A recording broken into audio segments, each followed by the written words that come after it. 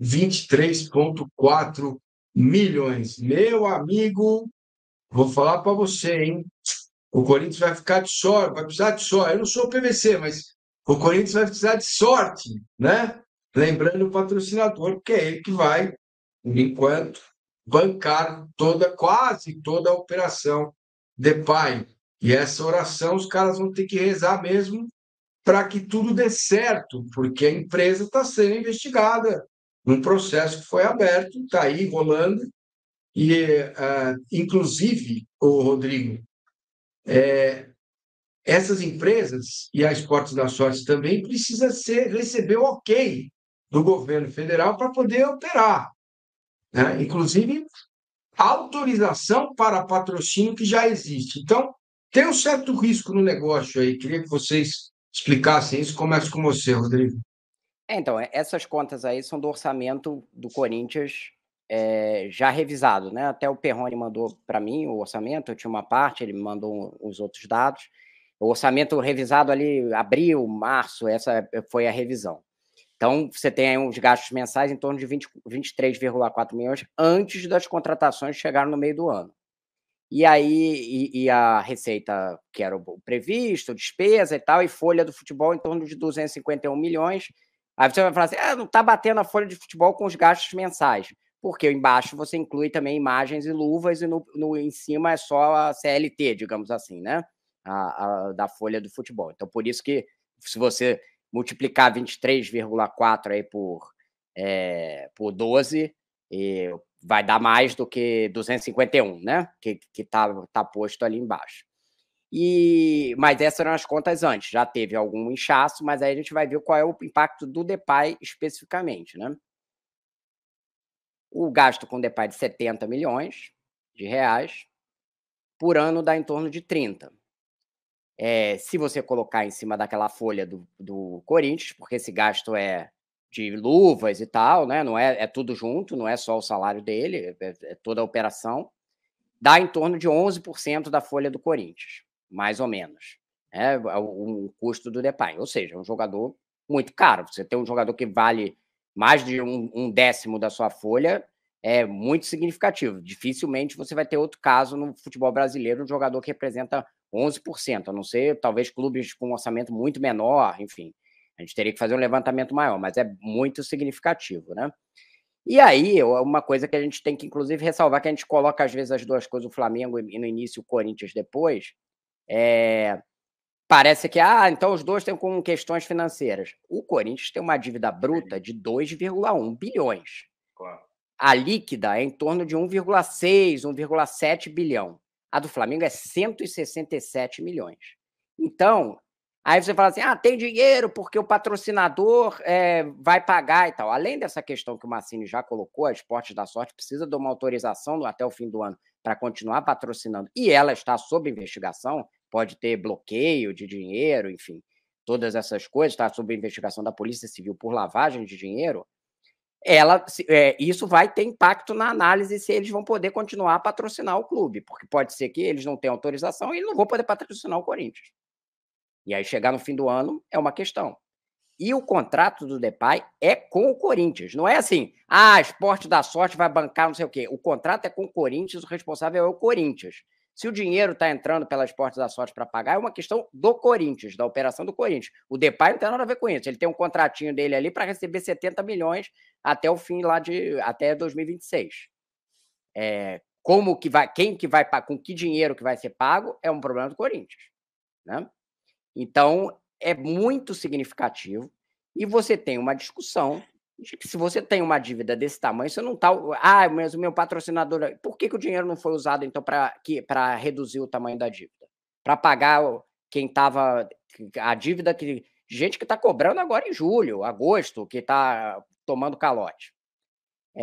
Eu procurei a diretoria do Corinthians, eles explicaram que não iam dar explicações, porque vai ter uma coletiva agora 13h, que Pedro Silveira, diretor financeiro, o diretor jurídico, que todo mundo ia falar, explicar, o dia da transparência do Corinthians para explicar. Então, é uma coisa que a gente vai acompanhar hoje. E Mas vai eu ter posso te ajudar. complementos sobre essas informações, né? Oi. Eu posso te ajudar. Quando o Corinthians assinou o patrocínio com os Esportes da Sorte, este dinheiro, por contrato, seria utilizado para ser o Memphis ou o Zé das Couve, meio com a contratação da Esportes da Sorte, ações de marketing da Esportes da Sorte. Existe em contrato uma cláusula que impede o Corinthians de fazer esse pagamento. Claro, o Corinthians poderia não aceitar.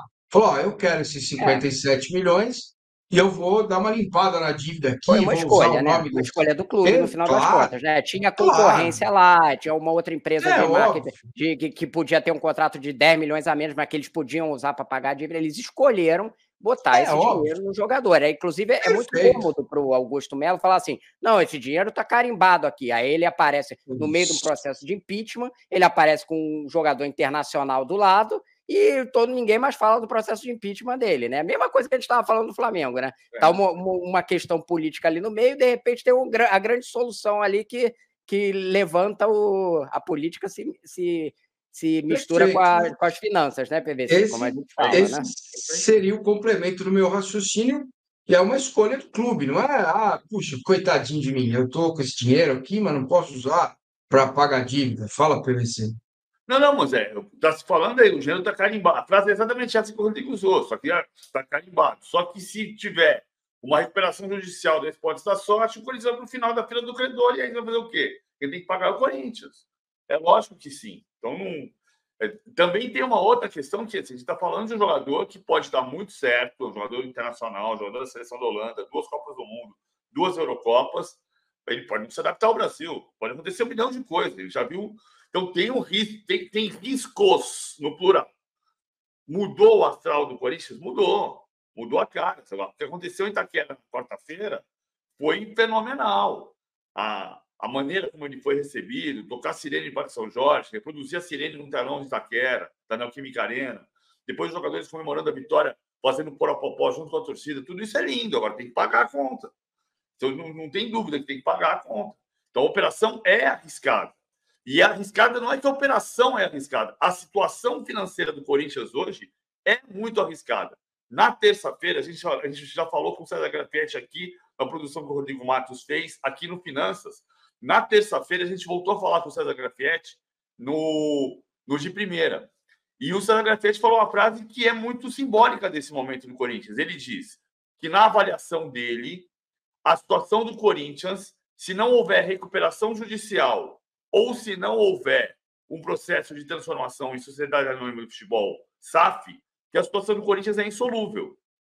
Pelas contas como hoje estão, a situação do Corinthians é insolúvel, de acordo com o economista e consultor de gestão financeira, César Grafietti. Eu não tenho autoridade para fazer esse estudo, o César Grafietti tem, e ele entende isso. Neste cenário, mesmo dentro do setor financeiro do Corinthians, há quem diga, olha, o dinheiro estava carimbado, entre aspas, eu não faria. Gente da diretoria do Corinthians está dizendo isso. Olha, o dinheiro era para isto, ponto, parágrafo. Eu não faria. Perfeito. Eu faria de outra forma. Eu falei, olha, tudo bem, vamos pegar esses 57, vamos pegar as dívidas aí até 1 milhão, vamos liquidar tudo, vamos liberar os boletos, né? Que ele mesmo, Augusto, falou que todo dia tem 10, 12 boletos, ele escolhe pagar 2 ou 3, que no caminho, em 3 anos, você vai recuperando, né? Você vai recuperando o clube, é preciso recuperar. Rodrigo, qual é o caminho, hein? Também Mas me sim, só um pergunto isso. parênteses. O Corinthians Claro. contratou 21 jogadores este ano. 21 jogadores este ano. Claro que não existe uma lógica de causa e efeito, mas estamos falando de um país que no ano passado o time campeão brasileiro contratou 2 jogadores. O mesmo time que é o Palmeiras contratou 8 neste ano. No ano passado, o Palmeiras foi campeão brasileiro, contratando o ano inteiro 2 jogadores. O Corinthians contratou 21 jogadores. Na janela que durou de 10 de julho a 2 de setembro, o Corinthians contratou 7 desses 21. E 2 nos 2 dias posteriores ao final da janela. que foram o Memphis Depay e o André Carrillo, por estarem sem contrato, puderam vir no final da janela. Então, desde o dia 10 de julho, o Corinthians inscreveu 9 jogadores. 9. Não, você pegar o time que jogou contra o Juventude, quem fez o gol, André Ramalho, né? Que o gol da virada. Aí Thales Magno, o Charles no meio de campo. É um time. O Hugo é um time novo. Do meio, já tinha o gasto do início do ano, lembremos, 130 milhões de reais. Foi montado um time. A justificativa era: precisávamos mudar o time inteiro. Aí mudou, aí fez uma segunda montagem de elenco com essa dívida.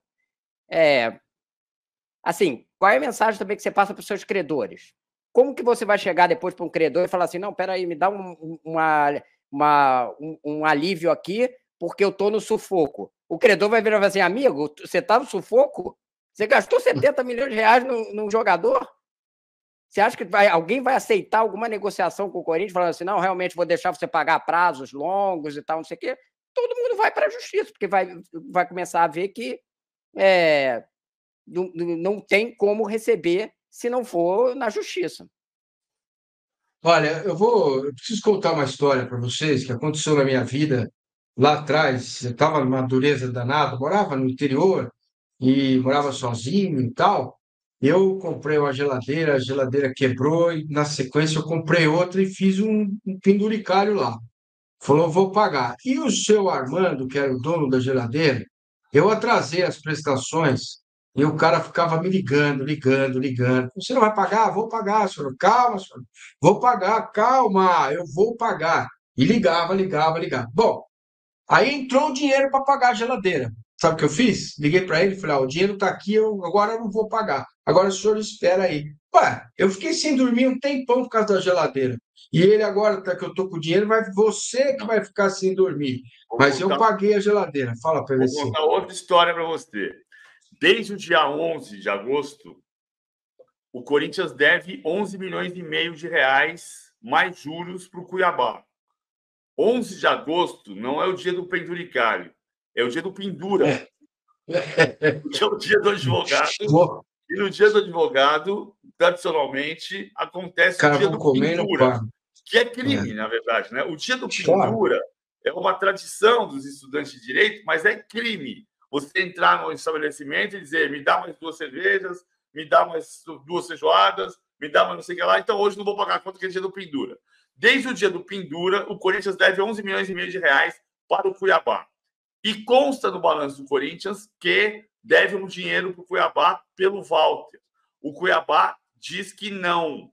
O Cuiabá argumenta que há um erro no balanço do Corinthians. O Cuiabá admite uma dívida de uma porcentagem de venda futura do Marquinhos na atividade, foi vendido pelo Corinthians para o Cuiabá e do Cuiabá para o Al-Ahly. E o Al-Ahly não pagou o Cuiabá. Então, o Cuiabá tem que pagar 30% do contrato para o Corinthians. Quando o Al-Ahly pagar. Porque o Cuiabá deve uma porcentagem da venda que ele não recebeu. Por isso que ele não pagou o Corinthians. Bom, eu não estou aqui, não sou advogado do Cuiabá. Estou dando a versão do Cuiabá para essa questão. Mas, dia 11 de agosto, dia do pendura, começou uma dívida de 11 milhões e meio de reais que o Cuiabá cobra do Corinthians pelo Ranieri. E 8 para o Flamengo, do Mateuzinho, também, que ele não pagou. Então, aí contratou 7 novos jogadores na janela. Eu não sei, o Schumacher está dizendo aqui que a Esportes da Sorte já veio a público com os acionistas. Bom, o acionista da Esportes da Sorte está preso, né? Que o senhor está preso. Henrique, né? Ele diz que não cometeu os crimes e tal, mas ele está preso. Né? Isso, deram garantias legais que vão honrar compromisso com todos os times por ela patrocinado, com os influencers e com a própria Rede Globo. Bom, eu não vi essa declaração, mas se ela existe, eu farei PVC. Vamos cantar aqui. Você conhece essa música do Chitãozinho Chororó?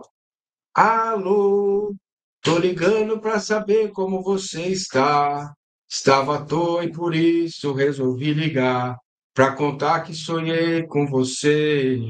Faz o Pix aí, cara. Adianta esse 57 Porque se daqui a pouco proibir, trancar as contas da empresa, pelo menos você chega no Memphis e fala, tá aqui, filho, ó, devolve para mim se o Corinthians cair. E tem outro agravante, o Cuiabá está brigando com o Corinthians para não cair. Exatamente. Você... Aí, para além de tudo, tem a questão moral, né? Que é já a questão do fair play que a gente já falou, né? Para além da questão das próprias contas do clube, né? Perfeito. Bom, o Jogam Juntos está dizendo Vasco, Cruzeiro, Botafogo devem para o Corinthians. Vai ter programa para isso? Ó, cara. Toda informação confirmada, sim. Inclusive, essa questão do Cuiabá nasceu porque eu estava fazendo um programa e perguntar, mas o Cuiabá está devendo pelo Walter. Aí eu fui atrás do Cuiabá para perguntar. Aí descobri que não. Ou pelo menos a versão do Cuiabá é não. Então, espera um pouquinho. Tem de fato muita coisa. Por exemplo, surgiu essa história dessa semana que o Palmeiras deve 3 milhões de reais para o Juventude pelo Cauã, que também foi vendido para a Arábia. E aí o Palmeiras também teria, em tese, que esperar pagar para repassar a porcentagem. Tem o Itaboraí está cobrando uma fatia da venda do Lelê para o Fluminense. Por isso tem que ter fair play financeiro. Mas o PVC é diferente uma discussão sobre tem um percentual aqui e eu vou ter que pagar Sim. quando receber. Outra eu tenho um compromisso claro aqui e não estou pagando. Exatamente. A ressalva que ele fez sobre tanto Vasco SAF realmente atrasou alguns pagamentos, eu não tenho apuração para saber se nesse momento está atrasado, mas ele atrasou em alguns momentos, com a 777 lá, e o Botafogo também atrasou alguns pagamentos em alguns momentos, não sei se está atrasado agora. Então, acho que cabe a gente apurar para ver se de fato é isso. Mas as duas SAFs, de fato, atrasadas. O Cruzeiro, eu não lembro de ter notícia disso. Pode ser que ele esteja correto aí, mas eu não lembro dessa notícia. Não, beleza. Só confirmação, a gente confirma. Aí vira matéria. Até lá, ficar ouvindo todo mundo galo cantar. Não, mas tá devendo também. Isso. Exatamente. Não dá para ficar fazendo, enfim, informação solta sem confirmação. Perfeito, perfeito. Bom, meus caros, a gente está caminhando já para o final do programa. Ainda temos tempo, ainda temos 3 minutos antes de encerrar com vocês, para perguntar a vocês o seguinte: Rodrigo e PVC, nós tivemos algum avanço essa semana sobre calendário do ano que vem? Vocês conseguiram algo? Vocês teve aquele dedinho que a Leila e o Landim levantaram? Olha, vamos discutir isso aí, porque esse pode ser um dos temas do nosso programa lá na frente. Eu só queria atualizar, saber se vocês têm alguma coisa nova, porque o ano está acabando e o ano que vem tem 365 dias, Super Mundial, jogo pra caramba. Alguma atualização? Não, Massini, mas deve ter em breve, porque 17 de setembro está previsto que a Conmebol conclua o calendário dela. A partir do calendário da Conmebol, o calendário brasileiro é feito. Mas ainda não tinha nenhuma espécie de acordo. Lembrando, a CBF que vai decidir, né? Mas as opiniões que os clubes tinham dado, como a gente já disse até aqui, ainda não tiveram evolução para chegar, no mínimo, a uma proposta para a CBF para ela analisar. Então, ela vai receber o calendário da Conmebol. Se os clubes não se anteciparem à discussão, ela vai acabar fazendo o calendário sem sugestão nenhuma, né?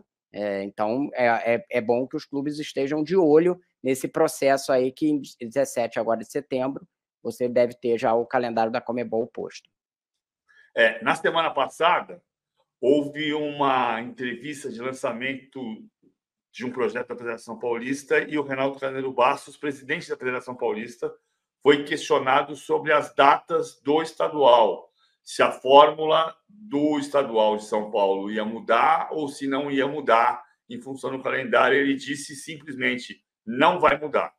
Claro que é a última ponta do iceberg, é a última ponta lá de baixo do iceberg, porque você faz o calendário da Conmebol, o calendário da CBF e vai bater no estadual lá embaixo.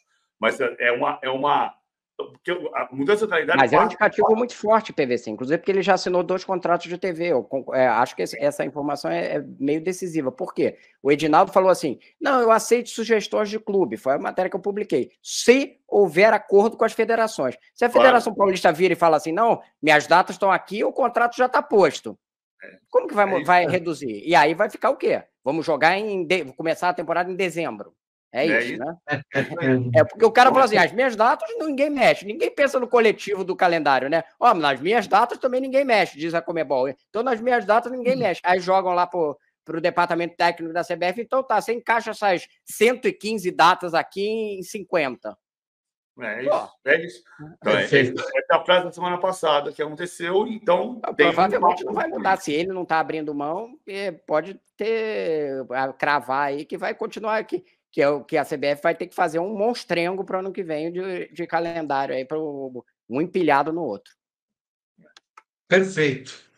Rodrigo Matos, o que é que tem para hoje? Final da tarde e tal, vai dar um mergulho, como é que tá? Eu vou... Hoje, como a minha mulher tá fazendo uma viagem, eu vou levar o meu filho na funcional, que ele faz um exercício na praia ali da UR, que é super legal, ele fica fazendo lá, e aí eu posso ficar ali tomando uma cerveja enquanto eu assisto ele correndo na praia. Agora tem essa novidade de criança fazer funcional aqui, é na praia da UR, que é super bonito, enfim.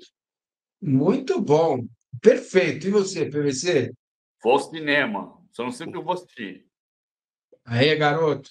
Aliás, no cinema com a Renata é meio difícil, né? Ela fica falando, escolhe o filme, escolhe o filme, escolhe o filme. Quando eu escolho, que é Matamos Todos Juntos em 10 minutos, ela fala, esse não. Eu falei, então escolhe você, por gentileza. Mas então, escolhe tá bom, o que eu quero, escolhe o filme que eu quero. Exatamente. Perfeito. Obrigado, Rodrigo Matos, PVC. Finanças do Esporte fica por aqui. Maicon da Costa, Rubens Lisboa. Sem vocês não tem programa, não tenho finanças. Eu agradeço a todos de coração. O chat hoje estava meio bélico, mas na sexta-feira vocês vão voltar. Estaremos juntos aqui novamente. Muito obrigado, um grande abraço e até mais. Valeu. Valeu. Qual?